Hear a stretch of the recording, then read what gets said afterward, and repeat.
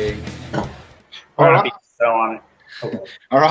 All right, guys. Welcome to the third episode of Reactionary Opinions. It's the 2nd of April, 2019, Tuesday, the 2nd of April, 2019. We missed April Fools by one day, by the skin of our neck. Russell's here, Dylan's here. We're going to have an interesting chat this evening. Quite an interesting week we've had so far. Oh, by the way, guys, unless it's, I'm not sure if it's a Russian bottery going on our YouTube channel, but we've got some new subscribers. We've got about, I think we've got about 6 new subscribers. Yeah, tremendous. We're up to about one a day now, so it's getting there. Yeah, one a day. I guess that's a fair enough hit rate. Eh? But it's like compound interest. It'll just increase over time. No, it's exactly that. It's exactly that. The 8th wonder of the world is compound interest. Yeah, or YouTube subscribers. Or usury, as we call it, because we're So, yeah, interesting topic of discussion this week. This week we're going to be jumping right into some interesting points. We're going to be talking about South Africa's proportional representation system or electoral system and how it works, how it benefits, and we're going to be combating the absolute lie perpetuated fake by news. parties. It's fake news, total fake news. It's like this. It's wait. You go to the deer and you go to them and you say, "You are fake news." It's totally fake news. Nobody believes you. Nobody believes you. So, Yes. The lies and stuff perpetuated by the DA, by the EFF, by all the other guys out there, the ANC, obviously, that voting for a small party is a wasted vote. Or the best one, my favorite one, which is South African NPC talk through and through. It's diluting the vote. I mean, my God, as if the vote is a strong brandy and Coke. I mean, let's just not be pathetic now. So let's jump into some of the topics. How we're going to be doing this is we're going to, in order to keep it flowing, is we're going to be talking about the history of the proportional representation system and how exactly it works. Then we're going to be working on sort of technically debunking the criticisms of voting for a third party. Then we're going to be focusing very strongly on the reasons why you should be voting for a small party. So I think we should jump right into it. I don't know if you guys are aware of this. I'm pretty sure you are. What I'll do is I've actually pulled some notes over here. So what I'll do is I'll just run through some of my notes and the history behind the electoral proportional representation system. Do you guys know that? Are you aware that the first features or the initial sort of features of the electoral system were actually decided at CODESA? Yeah, it would have been. That's where it probably was. That was the first negotiating session that they had. So obviously what would have happened then, various political interests and parties at the time would have submitted proposals and they would have negotiated from there. Well, it was actually 8 parties, and there were also administrations, and then also administrations of the former homelands. Yeah, correct. As well, it was all interested parties. It wasn't just established political parties of the day. It was actually civil society as a whole. Yeah. So in the notes that I've written over here, what does it say here? So constitutional discussions proceeded at the multi-party negotiating forum, which took 26 delegations from political parties that were invited on the 26th of April, 1993. The electoral system was further elaborated on, though its most important principles were not changed. So basically, I think 1994 was the elections in 1994 was sort of held on the sort of interim constitution. Yes, correct. Because the idea was that you would have a government of national you'd have elections based on the current electoral system, a government of national unity, and a negotiated constitution and bill of rights after that. Which is what happened. Well, obviously the notion was, or the idea was, to get minority representation in the government or in parliament. So that's essentially the idea behind it, because a country as diverse as South Africa, where there are strong minority groups and stuff, they didn't want that. They wanted them to have some sort of representation in parliament. Yeah, look, I mean, the thing is, the whole idea was the backdrop was going to look at the backdrop before '94 was a backdrop of exclusion. So now they wanted to make it an inclusive society. Hence, even they took it to further proportions, and they even included the 11 official languages. Yeah. So it was about it was kind of a reversal, trying to completely do a 180 on what had previously been the situation. Yeah, exactly. It was the previous system was essentially a first past the post system, wasn't it? Yeah, first past the post. But they also had minority representation in parliament as well. I mean, if you look at Helen Suzman and stuff, she was in parliament as she was a first past the post winner. Her constituency was Sandton, NPC land. Yeah, that's like the Constantia of Joburg. Yeah, it was like, and Frederick van Zyl Slabbert, I think it was, what was his name? Van Zyl Slabbert, he was the Progressive PFP, the Progressive Federal Party, same party as Helen Suzman down here. Party, yeah. Yeah, down here in Cape Town for many years. He was the MP for Claremont Rondebosch area. It's the same thing. Oh yes, like. So it was lots of NPCs. A lot of degenerates. Yeah, tons of degeneracy going on. So okay, so I mean, the history is pretty self-explanatory. I think. I mean, it was necessary. It was an important move, and I think, in all honesty, I think it was a smart move. But here's the thing: is we're not the only country in the world that has this electoral system. Am I right? No. A lot of places do. Looking at proportional.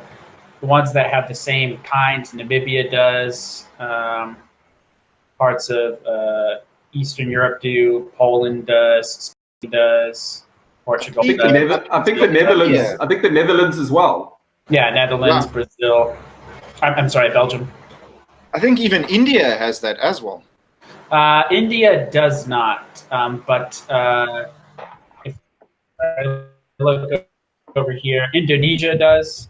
And Cambodia as well. Wow. Yeah, so it's basically, I mean, Sri Lanka does, which is like India light, basically. The short of it is that the proportional representation system is not at all an unusual system. It is well used throughout the world in many countries to suit the particular populace. 100%. Yeah. And it works. It really works. It does work. It does work. It's basically just the Anglo world that's got this two-party first past the post type of situation.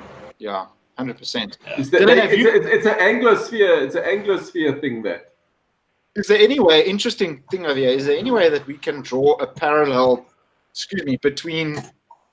Between that sort of electoral system and the electoral college? Probably not.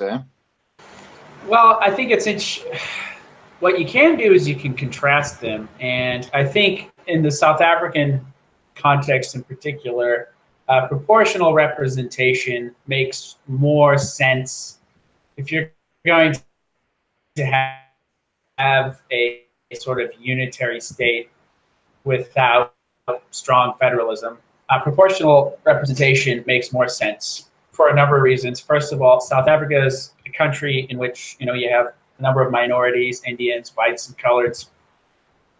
And in nowhere except the Western Cape do the minorities collectively now make up over 50%. Yeah. So what that means is if you had a kind of, if you had the same sort of system that you had in the United States, where whoever is top dog in the state gets all the votes, sort of an electoral college system, you would basically have ANC forever. Because what would end up happening, unless, of course, the various black groups in South Africa get disaffected enough to turn against them, which they apparently slowly are. So the problem is because if you did have sort of a situation where almost all the whites and Indians and colors in South Africa all moved to the Western Cape, and then they could sort of vote there, and then they get their electoral votes. But as it stands right now, and for probably forever, it's a situation where there's minorities and they're all kind of spread out, sprinkled across the whole continent. So if you have, or sprinkled across the whole country rather. So if you had an electoral college system, votes wouldn't count for anything. But that electoral college system is strictly to elect the president. It's not to elect Congress. Yeah. Correct.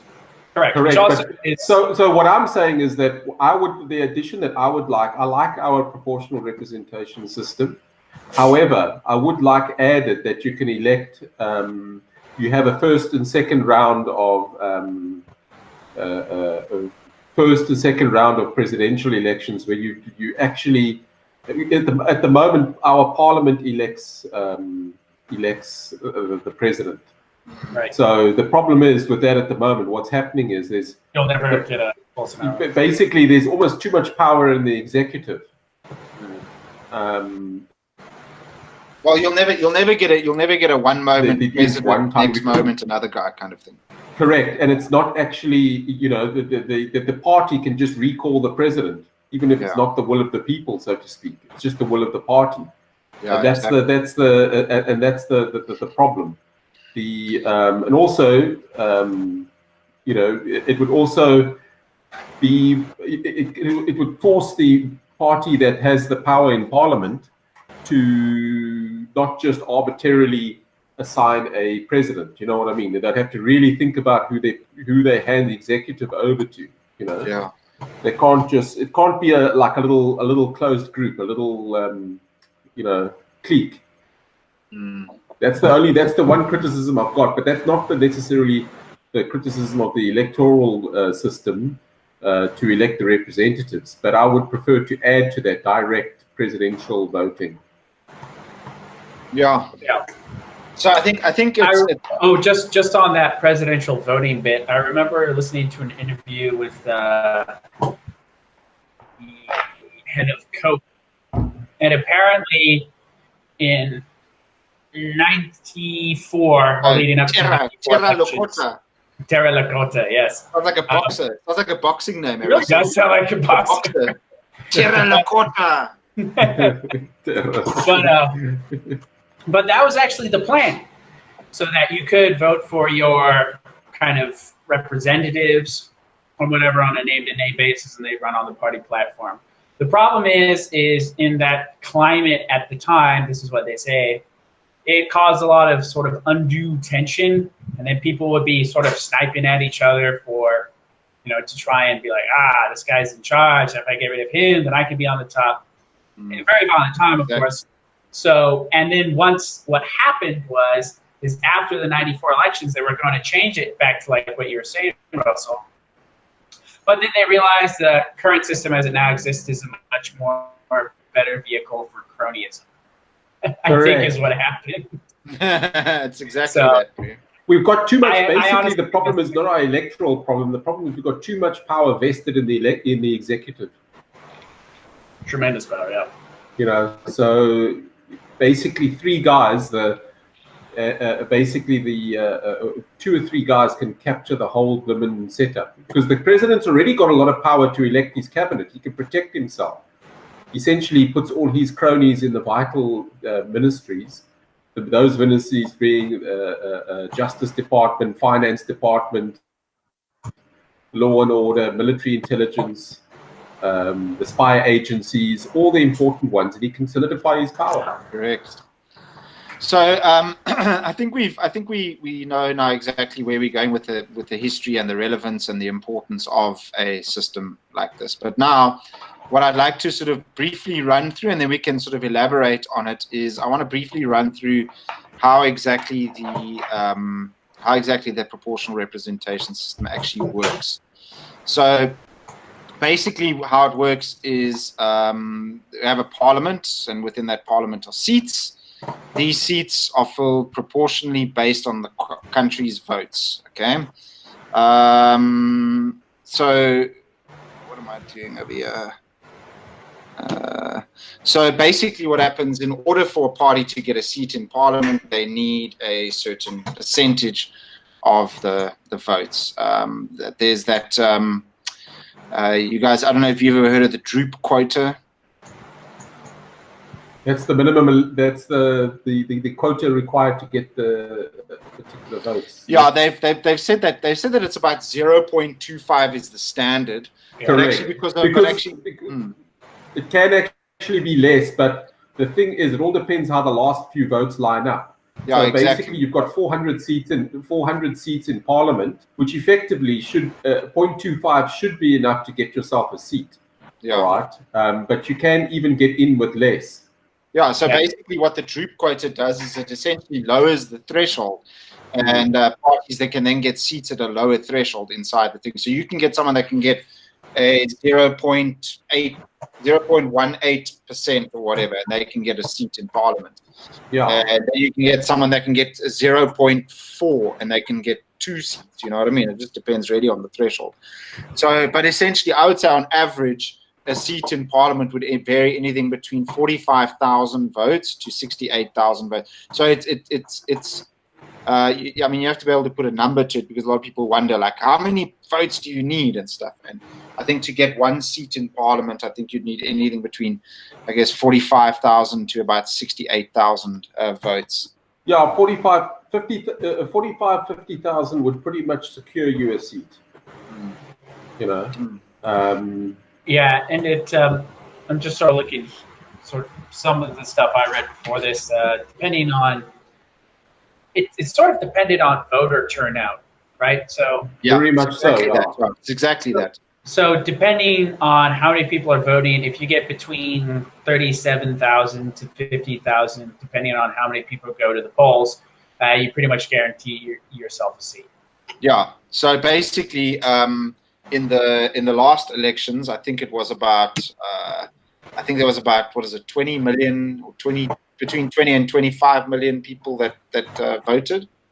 No, yeah. Well, I'm looking at the figures here. It was 25 million that were registered, and about 18.5 million voted.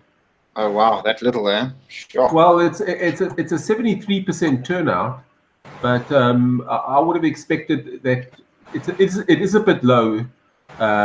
Most of those basically those it should be at around 80%. Yeah, but they reckon that there's about 2 to 3 million disenfranchised voters out there. You know what I mean? Correct. It is about at least 2 million voters who have previously voted but aren't voting. At least 2 million. So that's a big pool of voters that the small parties need to now be able to tap, because essentially the reason why they weren't voting, I think there were surveys done about it and stuff, but the reason why they weren't voting was they didn't find anyone that they really believed in. Well, it basically, like a lot of I think. Even you had, I remember a few years ago, this is going back, maybe 5-6 years ago, I think it was actually at the last, I don't know if it was the last national elections, but Desmond Tutu basically came out and made a comment saying if he can't vote ANC, he doesn't vote. So rather than vote for somebody else, the protest against the ANC is not to vote, but that makes it even worse. Yeah. So to not vote at all is a vote for the ANC. Yeah, no, 100%. Definitely. So, I mean, I think that the proportional, representation system is an easy system. It's easy to understand. I don't understand why people don't know. I think it's a strange sort of phenomenon here in South Africa that a lot of people don't know. They've got no idea how this electoral system works, and then when you explain it to them, they're like, "Oh my God, I had no idea." Yeah, I can't understand that. For the very first time I registered to my very first election was the 1990. I just missed the first general election in 94. I voted for the first time in 1999, and I understood the system from the very first day. I don't understand it. I was only 22 years old, and I just knew how it worked. You probably bloody voted DA as well then. Well, I mean, back in those days, DA was pretty decent, and it wasn't the DA back then; it was the Democratic Party. Yeah, it was. Was it? Yeah, I hadn't been the DA yet. It's still the Democratic Party. I always thought it was already the DA back then. But anyway. Okay, so that's that. I'm just saying, just a little American politics joke. I am shocked and terrified that on a show called Reactionary Opinions, one of us has voted for the Democratic Party. Hey, listen, times change. A different Democratic Party means different things in different places. Oh yeah. That's not the Democratic Party in the USA. Was not the Democratic Party of South Africa. That's for sure. No, definitely not. Terribly liberal, but no, not the same. Oh. So, what I want to look at now is so criticism. So, what are the criticisms? What are people saying? The reasons why we shouldn't vote for a third party, or the reasons why we shouldn't vote for a smaller party, and all of that. Like those common ones where people say, "Oh, you're diluting the vote," and all that, and it's you're not going to get enough representation in Parliament, or what are you going to do against the ANC, or there's loads of those excuses and stuff. And I think, you know what, Russell? I think this comes from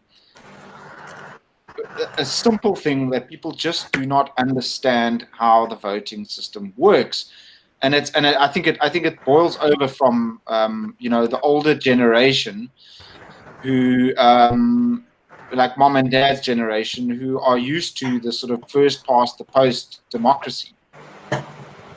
Could be, and it's sort of a hang up from those times, and people have never really taken the time to educate themselves on how the electoral system works. Well, look, if that is true, then I think I really don't hold any hope for anybody. If that's the truth, that's true, then we may as well. I don't know. Then I don't know. I sincerely hope that's not true. I think people are in their desperation. They want to see. I think it's possibly they want to see the team they voted for as the main opposition. I don't think it's got to do with. I don't think people have quite grasped the idea that you've got your ruling party and everybody else is the opposition. Yeah, they haven't grasped that idea. They can't grasp the idea of multi-party democracy.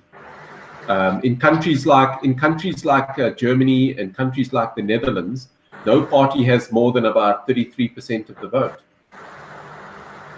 Yeah, but that's pretty much the way it should be. I think they just have to cobble together a coalition and then can't get anything done. Yeah, well, that's the whole idea, actually. Which is good. The idea is, I mean, I think recently, in the last few years, Spain hasn't been able to form a government, and economic growth has returned to Spain. Yeah, because they stopped messing with it. Oh, that's actually true. So that's exactly what we want. We don't want a strong government. We actually actually want to have a very inefficient government. They can't get on our cases too much.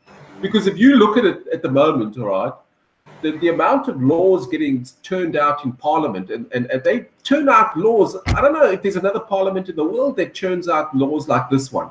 All these guys can do is sit behind the desk and write laws. It's all they can do. They can't actually solve any problems. So if you've got people, if you've got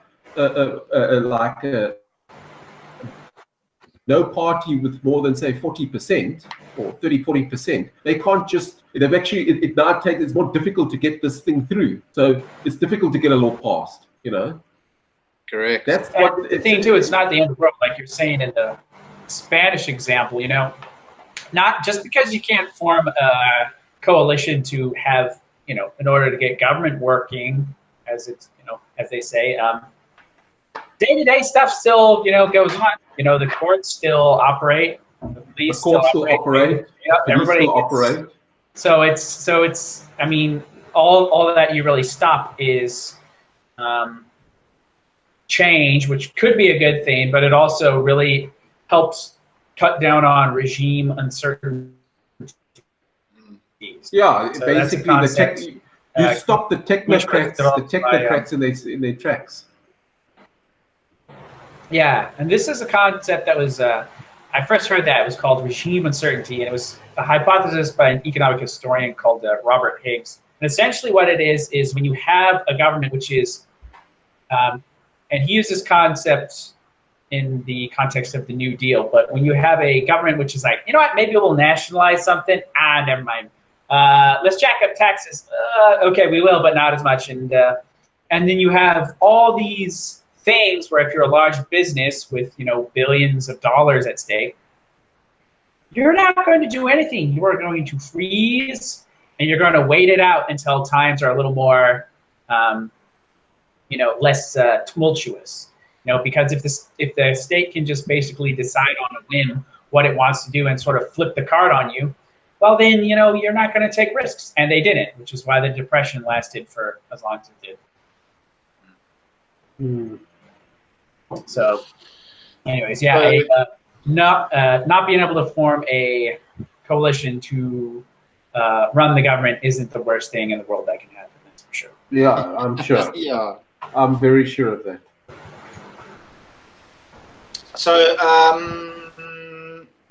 so let's look at the criticisms, guys. So, what are people saying? What is the reasons that we shouldn't vote for them? I think one of the criticisms is that they, like I said, they want to they want to see the party that they voted for being the main force opposing. Yeah. You know?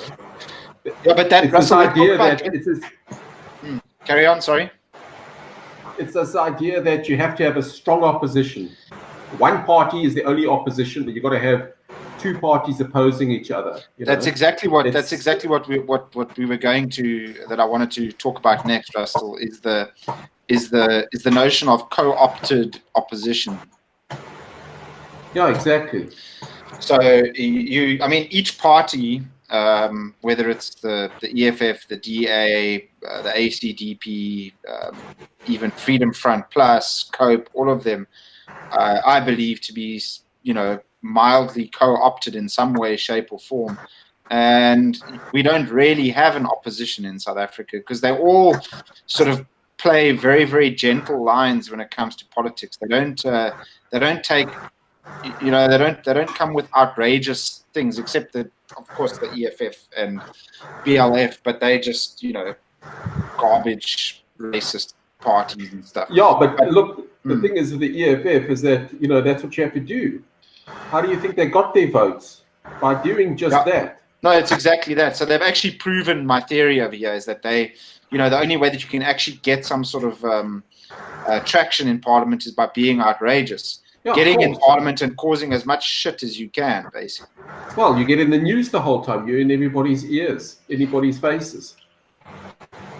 But that's pretty much what the ZACP is doing as well. But it's strange. I find it quite depressing that Oaks will go on to like the news or whatever it is, or write articles about the ZACP, and Oaks will say common knowledge stuff, basic, you know, economic, simple stuff.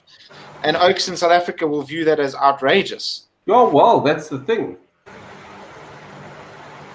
But still, it's quite scary, though. I mean, it's yeah. You think, I mean, are we on the cusp? Are we like literally on the cliff where capitalist ideas have literally become so dirty that us as a country would be willing to fall off of that cliff rather than become capitalist? Well, listen, this is a great opportunity to be dirty. Yeah. No, great you're right. opportunity to be dirty, you know. I've never met or I've never heard of anything that can make you that's such a viewed as such a dirty thing that can make you so filthy rich. I don't know. I just don't. It doesn't make any sense to me. No, and and the thing is too in South Africa, people always with this proportional representation thing. Everyone's always worried. You're going to waste your vote. But I mean, right now. I'm just looking at the list here. Outside of the ANC, DA, and EFF, there are 1, 2, 3, 4, 5, 6, 7, 8, 9, 10 other parties who have representation. At least one seat. Correct. And the next biggest one after the EFF is the IFP, and they have 10. And if you put the IFP, the NFP, UDM, and Freedom Front Plus together, they have as much votes. Well, just about as much votes as the EFF. So precisely, it's one of those things. People, they're just not thinking, So they're like, oh, what if the ANC, dips below, whatever percent, and the EFF is going to come and be the kingmaker, and they might be. But the thing is it's just. It's like, the ANC isn't the only one who can play that game, Dylan, you know what it is? Can I tell you what it is? This might be foreign to you, but I'm sure you've been exposed to it. It's what me and Russell call lager talk. It's what Oaks sits around the braai and they talk the biggest load of cuck about stuff they have no idea about. And they sit around the braai and they take it all the way to the bank, bro. They take it to the bank. Lager talk. Dylan, I'm going to tell you something now, all right? In this country, braai fire talk is the most dangerous thing you can listen to. 100%. And braai fire talk consists of voting. They'll bring up topics like this, all right? The Oaks don't know what they're talking about. The talk will be around legal issues and all sorts of things, stuff that's just outrageously wrong.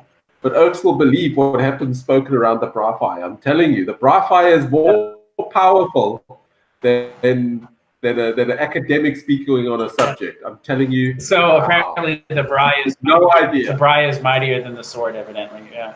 It's mightier than the pen, sword, and blowtorch. It's mightier than the 50 cal sniper rifle. Yeah, it's unbelievable. Yeah, and that's the thing too. It's I was listening to Tony Leon, the guy who was, for anyone who's listening who doesn't know, the guy who was the head of the DA for years. And basically, the way the DA came to power in the Western Cape is through coalitions. The ANC was able to dip below 50%. And then so the DA being the, second biggest party at the time, they cobbled together a coalition of the various, parties that didn't want to see the ANC be in charge anymore. And the next election after that, they were a majority, and there they are. So it's just it's just silly. I mean, it's lager talk. It's lager talk. And you know what the reference is of the lager talk? It's not like lager, like a beer. Oh, I was thinking beer. It's lager like the old ox wagons in the old days. They used to make circles like this, and they used to call that circle. They used to call it a lager. And then in the middle of the circle, they'd make like a little fire, and the Oaks would sit around the fire and talk cuck. So that's where.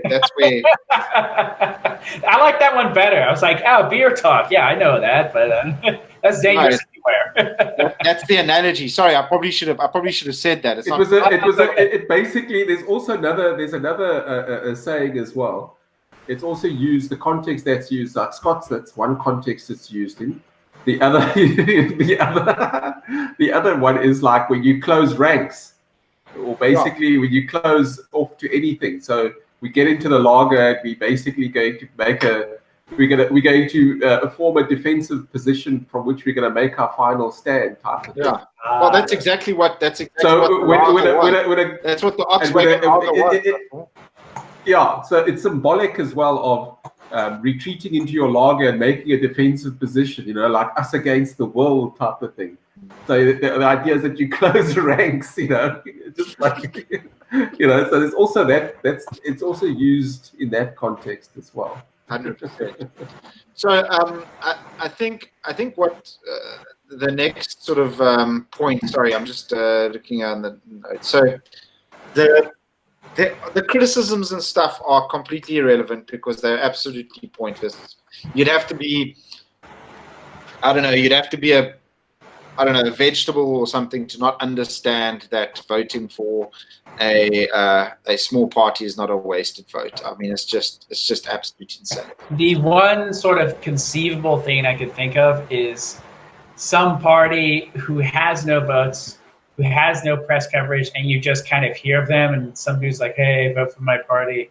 You know, yeah, that's a bit maybe, but I mean, the thing is, I know that there are a lot of parties, but my advice would be is vote for a party, a small party, but that already has representation and is actually established and has been around a while. All these other so-called small parties on the national, I mean, they've all been around quite some time. IFP, UDM, Freedom Front Plus, ACDP, they've been around since the beginning. You know, a lot of them have been around right since the beginning of time. Yeah, 100%. But you see, the whole thing is, Dylan, is this is also very, very important, because I think as a voter, it's important to make sure that you don't vote based on it being a numbers game, although it is technically, but you don't vote on a numbers game. You vote based on a party that you believe most suits your beliefs. Simple as that. Yeah. No, totally. And, you know, and in like a U.S. presidential election, I could get how some people would say, yeah, if you vote for some third party, you might be wasting your vote. Yeah, you know, fair enough. But yeah, I mean, in South Africa, it just doesn't make sense. I mean, with the proportional representation, I mean, again, if you think that even if you don't think they'll take power, like, you know, as we talked about last week, the South African Capitalist Party, said ACP. I mean, nobody expects them to, you know, surge about 50% this election and storm the Bastille, so to speak, with their liberal nonsense.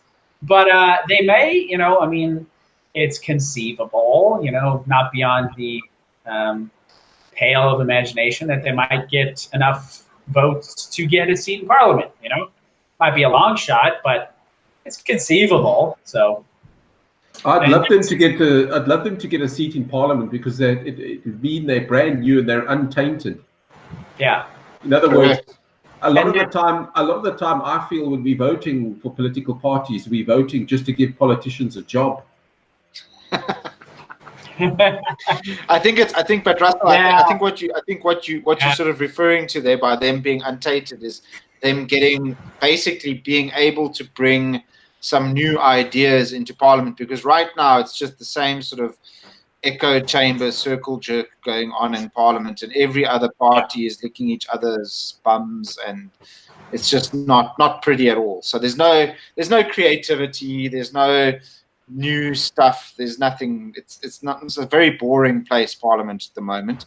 It needs to be new ideas. Yeah, they need to stir some stuff up there. And I mean, I'd be happy with you know what, 2016, when Donald Trump got voted president or got named president of the United States, and when he had his inauguration, we had an inaugural braai here in South Africa, and we watched inaugural braai. Yeah, we watched his we watched his elections and stuff. And in 2016, but when Trump started running for president, I really didn't bank on this. Okay, I didn't bank much on him, but when he won it, we were all shocked and happy and all of that. So, well, I wasn't really shocked, but I was we were overwhelmed and happy and all that sort of thing. But it brought about a completely new outlook in American politics, and I want the same thing to happen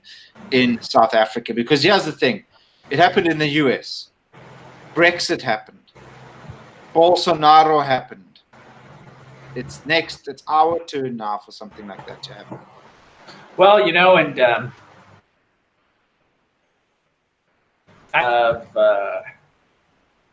in Western country, it's a little.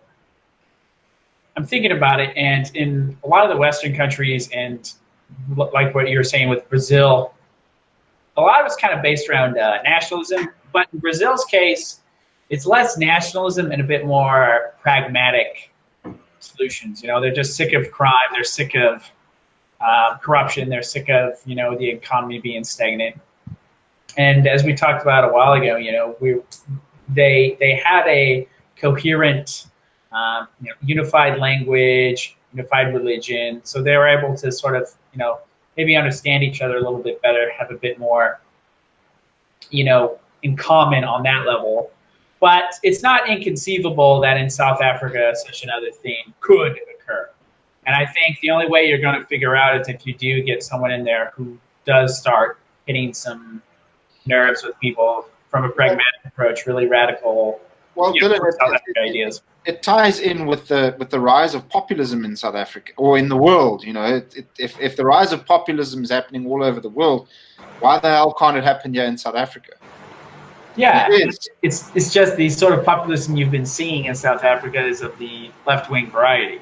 So yeah, new ideas, viva! We need all that stuff here in South Africa. Yeah, no, totally. So that's the thing that I'm interested in seeing is if South Africa is a country where, despite a lot of the challenges and difficulties, that if you did give it if you were able to provide a platform for these sorts of non-mainstream ideas, if they could catch hold. I haven't seen it tried yet, but if you did have like a Bolsonaro type of character in the South African Parliament, who knows what would happen? So yeah, I just like to give it a chance, Yeah, well, look, I mean, the thing is, myself and was it you and myself, Scott, that were talking about, and I think we touched on it briefly last week. If you take the average South African, all right, they'll accept if someone has to almost become a tyrant to sort out the crime on the Cape Flats and basically bring jobs back and improve the transport so people can get to work and all the basic clean up the education services and the health services. Your basic South African who's just struggling to get by is going to think this guy's a messiah. Yeah, true. Yeah. They're not going to be concerned with freedoms. To be honest, Russell, I think the ZACP is far too liberal to do, or libertarian at least, to try. Yeah, they're not that type of person. To try and go in there and kick ass and all that. But yeah, I see completely where you're going, and we've seen that in history where that sort of thing has happened, where a guy gets in there and just does something or does something different at least, and people lose their shit. They think they're the greatest thing ever. They literally, worship them and all that. But yeah, I mean, we're not really pro that sort of thing. But yeah, you're right. Yeah, and another thing you're talking about is apathy too. So, people. So, yeah, I mean, there's. I don't even know where to begin. There's just so many problems. I can't even get my thoughts straight. But voter apathy is one of the things, and what you were talking about earlier, where as a protest vote, people just straight up don't vote instead of voting for an opposition party. And that is certainly something that could be capitalized on. So in 1994, only 54% of eligible voters voted for the ANC. And in 2014, only 35% of eligible voters actually voted for the ANC. Correct. So basically, of everybody who can vote right now, you only have above a third of people who can vote responsible for the current government. So people just aren't hearing things that are, getting them riled up. And I think if and that's why I'm interested, and I'm not so sure if the South African Capitalist Party can deliver on this, but if you had a sort of more law and order, almost like, hate to say it, but sort of Duterte from the Philippines. Yeah, exactly. That's what I'm talking about. Type of character. I think that actually might get people to the poll. Yeah, exactly. I mean, Duarte is probably a hero to the average Filipino. Yeah, and and everybody's got problems with Duterte, but it's one of those things where I can totally see a candidate like that doing well in South Africa. Exactly. Yeah, hey, we're gonna start getting hate mail from libertarians, Russell. Yeah. Well, look, I would love to be able to be a nice libertarian and just everything's cool. Yeah, but you do you, I'll do me, kind of. All cool, nah. Yeah. No, and that's the thing. It's so I think part of it is, so if you do get that sort of Malema type of character who's able to just sort of cause shit in Parliament on a day-to-day basis, make himself the news, and by virtue of being in Parliament, they kind of have to report on him. It's a little harder. But then again, I don't know. The media in South Africa has a definite sort of social democrat bias to it. So I don't know if they get coverage at all, and I don't know. So it's just sort of one of those things where, but I do think if you did have a candidate like that, sort of a populist, right-wing sort of, the government's corrupt, and your kids aren't safe, and I'm going to clean all this shit up and start making things working, some guy to, quote, make the trains run on time, as it were, then I think that actually I would be interested to see how a party like that gets traction in South Africa, because right now you don't really have anybody like that. You have radicals on one side and radicals on the other, and then you got a sort of limp-wristed, like lily-livered, weak handshake, DA in the middle of that, and they're not getting anybody juiced up. Yeah. Yeah, the DA is very much centrist. They're very much Spence citizen. Yeah, and and some of the other more sort of common sense parties like the Freedom Front Plus, I do think racial patterns of voting are something to be conscientious of in South Africa. I'm not sure how many average people would feel comfortable voting for what they perceive to be like a white party, whatever. But with the DA, it's kind of it's different than like with the Freedom Front Plus, because they're a bit more cosmopolitan, and they have a track record in certain areas, and people who do live in DA-controlled areas are typically more satisfied with them than the ANC. So I don't know. Well, the DA is South Africa's Liberal Party. Yeah. That's supposed to be. Yeah, well, this is the thing, is that's their line, is they are South Africa's Liberal Party. So if you are a Liberal, you vote for the DA. That's basically their line. Yeah. So, guys, I want to talk about this interesting point over here. I saw it in your notes, Dylan, about how a lot of people, with regards to local legislation or provincial legislation, is a lot of people are like concerned about their provinces. Specifically, we're going to use the Western Cape as an example. Don't lose the Cape to the ANC, or don't let the DA lose power in the Western Cape. And I'm looking at the figures over here for the 2014 provincial elections, and it's quite shocking. The DA got 1,259,645 votes. The ANC, or valid votes, the ANC got 697,664 votes. The DA basically got almost double than what the ANC got. The ANC's got 14 seats, the DA's got 26 seats. Correct. Now, when we talk about voting for smaller parties, let's say we want to vote, let's use my favorite. Let's use the Cape Party as an example, okay? Cape Party is not on the national ballot. They're only on the provincial ballot, okay? In the Western Cape only. Here's the thing. Give them, 5% of the vote. The ANC is still nowhere even near, or the DA is even only going to lose 5% of the vote, which means they're going to end on about 54% of the vote.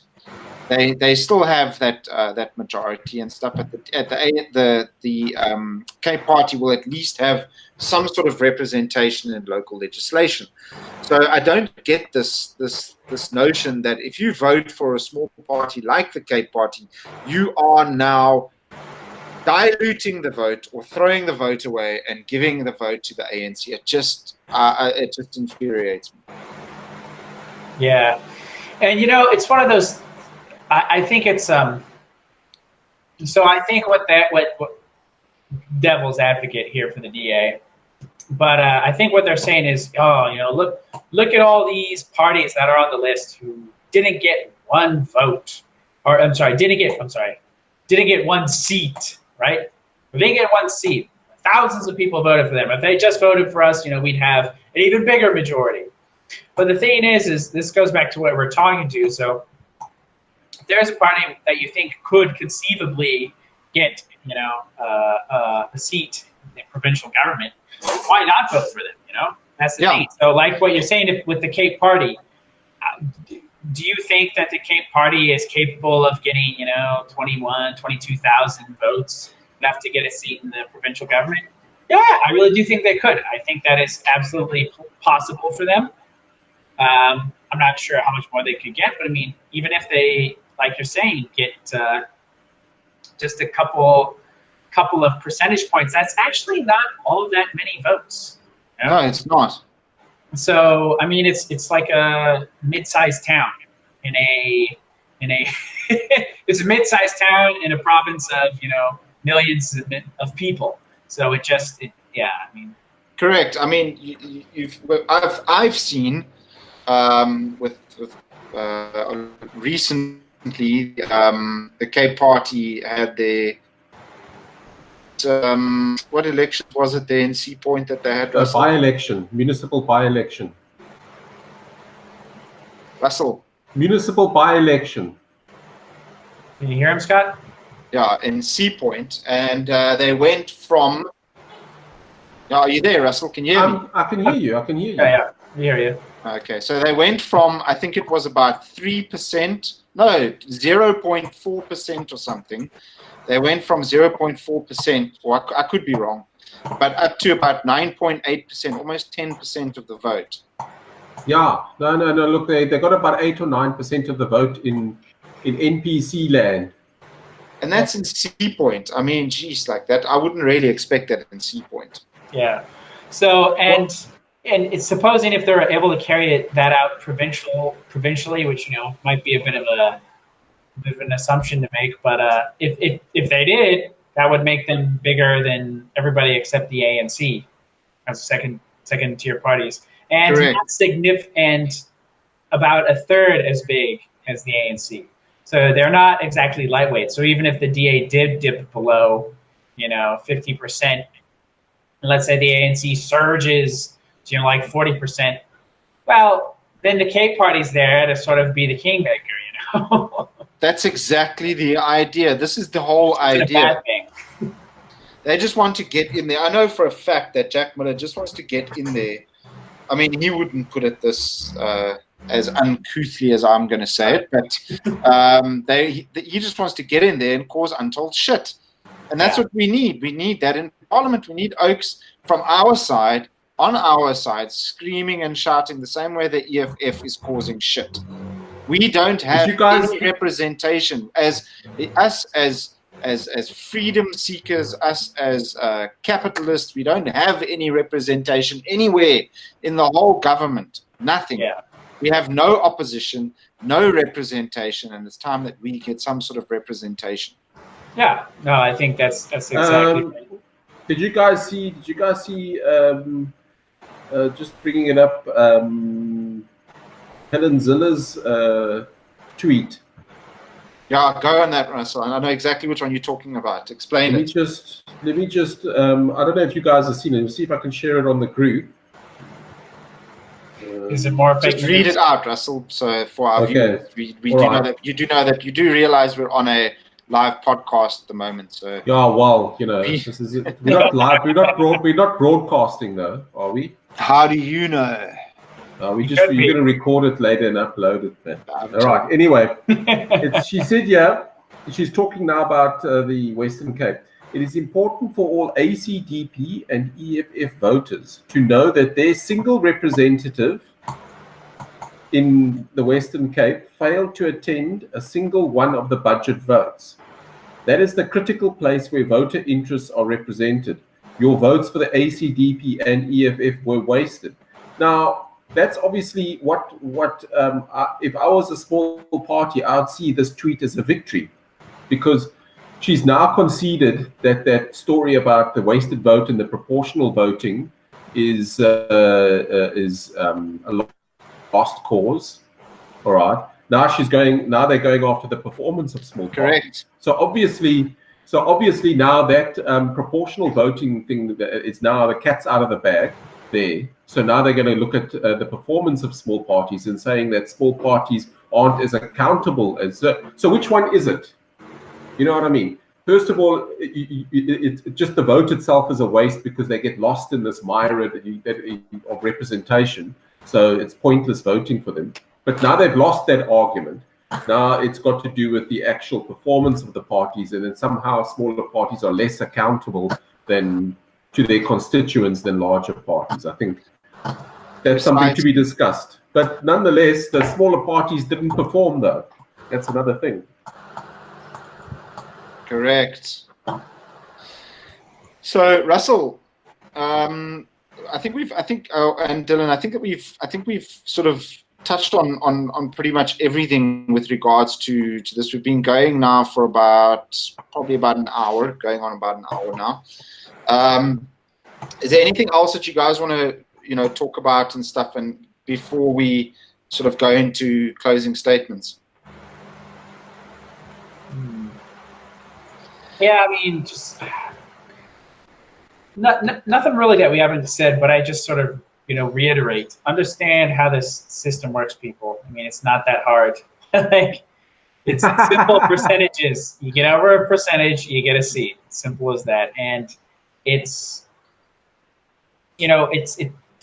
not all democracies. I think a lot of people, they just sort of put democracies under an umbrella term. Not all democracies are the same. Not all democracies are created equal, and none of them operate exactly the same way. South Africa operates very differently from a place like the United States, and you would do well to remember that if you're South African. Correct. Russell? Yeah, look, my advice to voters is, look, a vote for a smaller party is not a wasted vote, provided you keep them accountable, all right? So if you're a supporter of a smaller party, enforce them. If they don't perform, give them a hard time. You probably get hold of their representatives easier. If you are going to vote for a small party, vote for a party that has already got representation. All right. So just to make sure that you're voting for somebody that's is more likely to be represented. So you actually, it kind of you want to vote for somebody that's already in. Like what Dylan was saying earlier, there's another 8 parties or 9 parties that have got representation already. You can vote for any one of those. They're very likely to get a seat. So then it's your responsibility after that to hold them account. Simple as that. Correct. So I would say, if anyone were to ask me, how should I vote? I would say straight out, vote. Here's the thing. Eh? What? I was just saying, vote for Duterte. Yeah, vote for Duterte. Yeah, but you know, if people do ask me this, like I'll sit down and I'll chat to colleagues of mine at work and stuff, and you know, unfortunately, the conversation of politics comes up and all of that, and they'll ask me, you know, who should I vote for? And I'll say to them, take the time and go and find a party that suits your beliefs the most, or that is going to push your beliefs as the most. Whatever you believe, find that in a political party, because you should be voting based on that rather than voting based on a numbers game, even though it is to a certain extent. But vote for a party that you can believe in and that you know is going to be able to get into parliament and be able to make those beliefs or your beliefs a reality in your day-to-day existence. So I'd say that's very, very important. How I think it's going to play out, here's the thing, if you are living in the Western Cape, I would recommend Cape Party as a vote for your municipal vote, and then I'm sort of tossed up between certain other parties for my national vote. But what I would say, I would recommend a Western Cape vote for the Cape Party. Too bad Dylan's still a filthy immigrant and he can't vote, but I'm pretty sure he'd also be going in that same line. So voting for a small party is not a wasted vote. Don't let anyone tell you that. If you ever find yourself in that situation, use the facts that we've given in this video. Not a movie. In this video, use the facts. They're out there. It's pretty simple. It's an easy sell, and make sure that you convince people to vote for a small party. Anything else you guys want to add? Yeah, you know, I think just the way I'm looking at the way just with the parties and how many people got a seat. Man, there's so many people with a seat. Like, you know, how many people listening know about the African People's Convention? You know, I don't know about them, but you know, they got a seat. They got their seat. So I think the way South Africa is designed to operate, they haven't operated like this. But I think the way it's supposed to be designed to operate, and I think the more time that goes on, the more likely it is to operate this way. South Africa's government is designed to operate on coalitions. That's why it has That's why it has proportional government. So, you know, I think over time we're going to see this, you know, rise to the fore more and more. And in that new environment, third parties, small parties are going to have a bigger role to play than ever. So, you know, right now, the ANC's at a point where they can just kind of do whatever they want. It's true. But supposing they did ever dip to, you know, 50%, who's going to be that kingmaker who, you know, sort of puts the DA over the top, you know? And, you know, in another 20 years, who knows how the hell things are going to look, you know? Hopefully not too bad. That the DA will even exist in 15, 20 years' time. South Africa is going to exist in 15, 20 years' time. Yeah, exactly. But, so, you know, vote, you know, it's the idea that, you know, a third party vote is a wasted vote is just, it's not. So just, if you think they have even a plausible shot of getting that seat, vote for them. Let them get that seat. You know? 100%. Anyway, lads, are we gonna close it off there? Yeah, close it up. Close up shop. I'm gonna end the broadcast. Don't hang up yet, lads. But I wanted to thank all our listeners out there. Remember, guys, to subscribe to our YouTube channel. Hit the bell icon to get notifications. And then also don't forget to like our Facebook page. I'm going to be putting a link down in the descriptions where you can like our Facebook page. We should be getting a Twitter page up and running. I think our target for Twitter page, because it shouldn't be very urgent, I think our target for Twitter should be maybe Christmas or something. We can go that long. There's no rush, really. I'm not too fond of Twitter. But anyway, thank you so much for joining us, guys. We'll see you for next week's episode. We're not too sure about the topic again, but we'll see you next week. And I'll also be posting a trailer for our next video as well during the week. Thank you so much for hanging out with us, guys. Have a lovely evening, and see you next week. God wills it. Cheers, guys. God wills it, absolutely. God wills what to it. say? Get Jesus, get a wife, get children, get a gun, and get reactionary. God wills it.